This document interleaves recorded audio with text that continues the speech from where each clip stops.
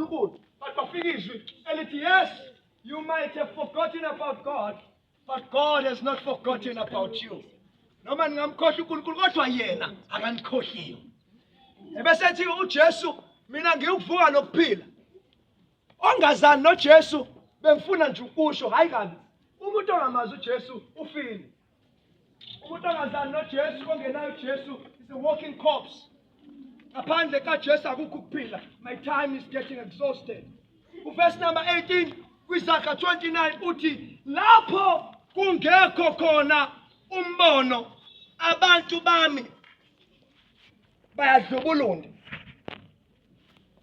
Lapho kungekho umbono abantu bayadlubulunda ngesingisi lithi where there is no vision the people shall cast off restraint. La kungekho umbono ne direction ukuthi where are we going as a country, where are we going as a church, where are we going as a people. Abantu they cast off restraint. Now let me come down to your level. Magithi they cut down noma they cut off restraint. Bahluleka ukuhlonipha esikoleni. It's cutting off restraint. Benza izinto zabantu abadala beyingane. It's cutting off restraint. Bayahluleka ukunderstand. Listen. Bayahluleka ukunderstand the danger of the time that you are in. Omunye uyahluleka ukunderstand ujobela ekhaya kudliwe kuze kudlena kodwa ufike la adlala. Unogogo ahlala naye ekhaya. Uhlula ngisho ukuhamba ugogo. Kodwa indlela adelela ngayo la esikoleni ungazathi uhlala nezigwile ekhaya kanti uyasazi isimo sakho but mefika la esikoleni abamba ipattern yestyle. Well, zonke lezi zinto esizishoyo ngelinye ilanga ziyosukuma zime phambi kwakho and zikhulume nawe. That is why abantu beba ama street kids namhlanje ngoba umuntu afika ahlala lapha because sekuvuka izinkulumo ekhuzwa eyalwa abuye idlala ifilimu ukuthi wayesho ukuthi uma ukuthi ingayenzi litho ngaqhubeka. Babesho uthisha aqede futhi lapho uthisha adlule ngemoto laphana kuAlbert. Umbona uthisha bese iyavuseleleka lento ayisho. Ubonakala ubale kuyocasha le because lezi izinto ezenziwa kuwe manje ziyosukuma ngelinye ilanga zibahlulela uma ngalaleli. That is how dangerous it is ukuhlala nabazali abakhuluma nawe. Ngiyacela ukuthi ube nombono. Isihloko senkulumo yethu namhlanje sithi love versus vision. Now, iBhayibheli likubeka ngokucacile ukuthi love uma ekhuluma uWilliam Shakespeare uthi love is like a river that pours into the ocean but the ocean never gets enough. Uthi uthando aluzinakekeli. Uthando luyasibekela.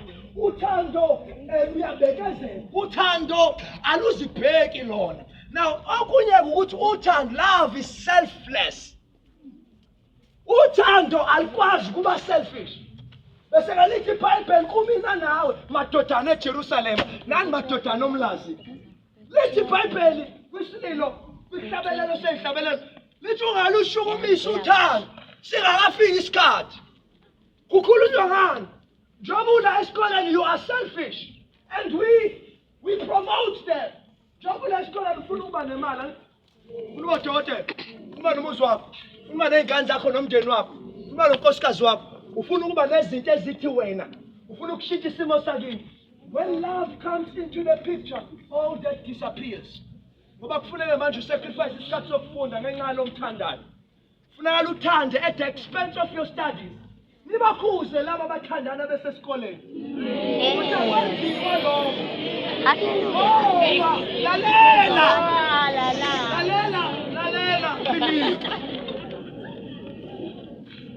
Akuve kubuhlungu umuntu esehlele ekhaya, ekuku YouTube umuntu eshada, ehleli nezingane ekhaya. And that destroys your self-esteem. That destroys your life. Why enkonzweni instead of ukukhonza wabheka ukuthi that is why mina naye emasontweni namhlanje wafika waya ukuthandaza wathanda. Ethanda abantu abadlulayo beyincontract. Umuntu ocontract uyasebenza uphomsebenzi yahamba akushene ithele. But that's so one is. Uyabona unkulumo emthayibhekisiwe kumantombazane. Bhekisiwe nabafana. Ngoba abanye their first love afika athandane naye ebese yamona. Bese lo mfana ekhule ebitha because lo athandana naye okokuqala wamthanda ngempela yena ngathi it's just a whim, it's a lust, it's something that is just a sudden desire that will disappear immediately after it had come. Uma umuntu umthanda umtshana ngo-2015 uyamthanda bese uyamshiya uzombona ngo-2035 usuzomthatha. That is true love. Ngoba uyamthanda angini-entertain la.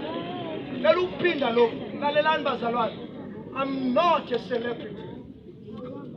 I'm just an echo of warning. I'm here to warn you. I'm not a celebrity. I'm here to celebrate. Wrong turn. Don't take the wrong turn. When we start or when we look at that movie, in the beginning of the movie, everything is beautiful. The rivers, wrong turn. It's beautiful. It's a place that you'll want to be.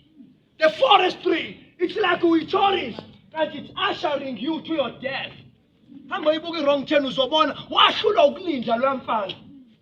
wrong turn? One turn and a back because they wanted to have fun. Wrong turn. Wrong turn azokudluphila azokunambitha kudluphile because you didn't listen to your parents. Agcwele ama-wrong turn abanye babizwa ngabafundisi nangabaprofethi bafike bakhulume nawe izinto ezikitazayo usondele ebese uyangena obhedaneni kodwa makabonge uKristu Jesu elithi iBhayibheli siyophunyuka njengeyinsebe obhedaneni lomculo. Oh, there is so much wealth in this book. If you could only give it a chance and study it. So I spoke about love. And then I said, do not be someone who will be selfless, because when you are selfless, you become someone who loses your own personal vision for another person's vision. Ungavumeli ukuthi umbono wakho ushintshwe omunye umuntu ngomunye umbono. And you know, to kill a man's vision, you simply give him another vision. He will forget the vision of his own and take on your vision. Let us declare. Falana me. Usoshala mazemva kwami.